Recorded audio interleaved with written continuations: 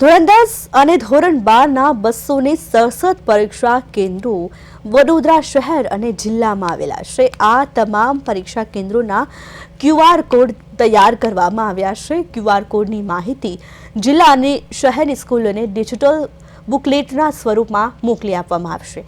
સ્કૂલો દ્વારા પછી વાલીઓ અને શાળામાં સોશિયલ મીડિયાના વિવિધ ગ્રુપના માધ્યમથી આ QR કોડ મોકલવામાં આવશે। વાલીઓ અને વિદ્યાર્થીઓ જે સ્કૂલમાં બેઠક નંબર હશે તે સ્કૂલનું લોકેશન QR કોડ સ્કેન કરીને જાણી શકાશે અને જેનાથી વિદ્યાર્થીઓને સમયસર પરીક્ષા કેન્દ્રમાં પહોંચવામાં મદદ કરશે। આ હાલમાં વિકાસના કામોમાં નામે શહેરમાં ઠેર ઠેર ખોદકામ હાથ ધરવામાં આવી રહ્યું છે, જેને કારણે રોડ પર ખાડાઓ ખોદી રસ્તાની હાલત બદતર કરી દેવામાં આવી છે। ત્યારે આવી સ્થિતિને કારણે આ વખતે વાલીઓને ખોદાયેલા ખાડાઓ સાથે ટ્રાફિક જામની પરિસ્થિતિ સમયે વિદ્યાર્થીઓને ચોક્કસ સમય પરીક્ષા કેન્દ્ર પર પહોંચી શકે તે માટે QR કોડની બુકલેટ બનાવવામાં આવી છે અને આ માહિતીના આધારે વિદ્યાર્થીને સરળતાથી પોતાના પરીક્ષાનું કેન્દ્રનું લોકેશન મેળવવામાં પણ સરળતા રહેશે। વડોદરા જિલ્લામાં ધોરણ 10 અને 12ના જેટલા સેન્ટરો છે એ સેન્ટર દીઠ QR કોડની બુકલેટ બનાવવામાં આવી છે। આ બુકલેટ તમામ શાળાઓને પહોંચાડવામાં આવશે। તમામ શાળાઓ ધોરણ 10 અને 12ના જે વાલીઓનું મંડળ છે એ એમના મોબાઈલમાં પણ પહોંચાડશે।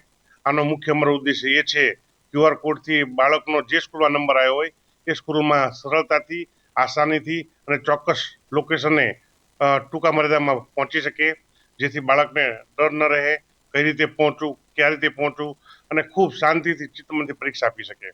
સાથે સાથે એ નમ્ર વાલીઓને અને વિદ્યાર્થીઓને નિવેદન છે નિશ્ચિંત થઈને પરીક્ષા આપે। પરીક્ષા આપવા માટે નિશ્ચિત સમય કરતાં ઘરેથી અડધો કલાક જેટલા વહેલા નીકળે, જેથી કોઈ ટ્રાફિક સમસ્યા ન। આગામી 26 ફેબ્રુઆરીથી સમગ્ર રાજ્યની અંદર ધોરણ 10 અને ધોરણ 12ના વિદ્યાર્થીઓ પોતાના કારકિર્દીની પ્રથમ પરીક્ષા આપશે। મહત્વનું છે કે વડોદરા જિલ્લા અને શહેરમાંથી 72,000થી વધારે વિદ્યાર્થીઓ ધોરણ 10ની પરીક્ષા આપવાના છે। ત્યારે જિલ્લા શિક્ષણાધિકારી દ્વારા એક નવતર પ્રયોગ કરવામાં આવ્યો છે। વિદ્યાર્થી જે પરીક્ષા આપવા જવાનો છે એ વિદ્યાર્થીને કોઈ પણ પ્રકારની તકલીફ ન પડે અને સેન્ટર ખાતે એ સહી સલામત પહોંચે તે માટે શિક્ષણાધિકારી દ્વારા એક બુકલેટ બનાવવામાં આવી છે અને એ બુકલેટની અંદર દરેક સેન્ટરના QR કોડ બનાવવામાં આવ્યા છે। જે QR કોડ ઉપર વિદ્યાર્થી કે તેના વાલી જો એને સ્કેન કરશે તો એ જે તે સેન્ટર છે એ સેન્ટર વિશેની સંપૂર્ણ માહિતી આ QR કોડ દ્વારા તેને મળશે। આ તમામ કસરત કરવા પાછળનું માત્ર કારણ એ છે કે વિદ્યાર્થી જે છે એ સમયસર સેન્ટર ખાતે પહોંચે। ત્યારે આપણી સાથે મહેશભાઈ છે, તેમની સાથે વાત કરીશું। સર, જે રીતે આ પ્રયોગ કરવામાં આવ્યો છે શિક્ષણાધિકારી અને તેમની કચેરી અને આપ સર્વે ભેગા થઈને આ એક ખૂબ સારી એવી કસરત કરી છે, શું કહીશું આ બાબતને લઈને અને વિદ્યાર્થીઓને કેટલું મદદરૂપ થશે?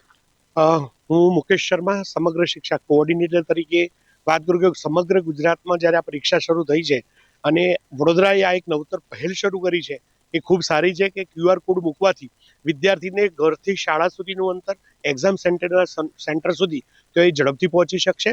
એને કોઈ પેનિક પણ નહીં રહે અને એને પોતાને ભય કે ડર નહીં રહે કે હું ક્યારે કયા સમયે પહોંચી શકીશ। વિદ્યાર્થીઓના હિત માટે આ એક QR કોડ મૂકવાથી વિદ્યાર્થી ઝડપભેર શાળા સુધી પહોંચી શકશે અને પરીક્ષા શાંતિપૂર્વક આપી શકશે। આવા એક નવતર પ્રયોગના કારણે તમામ સેન્ટરો ઉપર વડોદરા જિલ્લાના ડીઓ માનનીય શ્રી મહેશભાઈ પાંડેના અને એમની ટીમ દ્વારા આ પ્રયાસ કરવામાં આવેલો છે। ખૂબ બુકલેટ બનાવવામાં આવી છે। બુકલેટમાં શહેર જિલ્લાના કુલ કેટલા કેન્દ્રોનો સમાવેશ કરવામાં આવ્યો છે અને આ QR કોડથી તેને શું શું માહિતી મળી શકશે? 253થી વધારે સેન્ટરોનો આમાં સમાવેશ કરેલો છે। લગભગ 72,000 વિદ્યાર્થીઓ સમગ્ર આ QR કોડનો ઉપયોગ કરશે। ગુજરાતની આ પ્રથમ પહેલ હું માનું તો વડોદરા જિલ્લાની છે। માન્ય ડીઓ અને ડીપીઓની ટીમ દ્વારા આ QR કોડ બનાવવાથી વિદ્યાર્થી અને સમાજમાં એક સારો મેસેજ ગયો છે।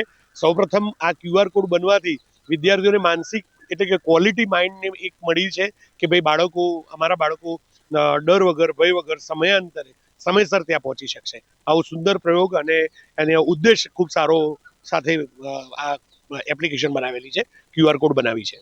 ચોક્કસથી આ મુકેશભાઈ હતા, તેનું સ્પષ્ટ કહેવું છે કે જે રીતે જિલ્લા શિક્ષણાધિકારી દ્વારા પ્રયોગ કરવામાં આવ્યો છે આ પ્રયોગ નવતર તો છે પરંતુ ચોક્કસથી વિદ્યાર્થીઓના હિતમાં છે, કેમ કે જ્યારે પરીક્ષાનું એક ટેન્શન હોય છે તેવા સમયે સમયસર વિદ્યાર્થી સેન્ટર ખાતે પહોંચે અને સમય પહેલા એ પોતાના વર્ગખંડમાં પ્રવેશ મેળવે એ પણ એક પ્રાથમિકતા હોય છે। ત્યારે આ પ્રકારની કામગીરીથી ચોક્કસથી વિદ્યાર્થીનું મનોબળ પણ વધશે અને જે રસ્તામાં અટવાતો હોય વિદ્યાર્થી, સેન્ટર ન મળતું હોય તેને સરળતાથી તેનું માર્ગદર્શન પણ મળશે। કેમેરા પર્સન વિશાલ ઉત્તેકર સાથે તુષાર પટેલ, પ્રદેશ 24 ગુજરાતી ન્યૂઝ, વડોદરા.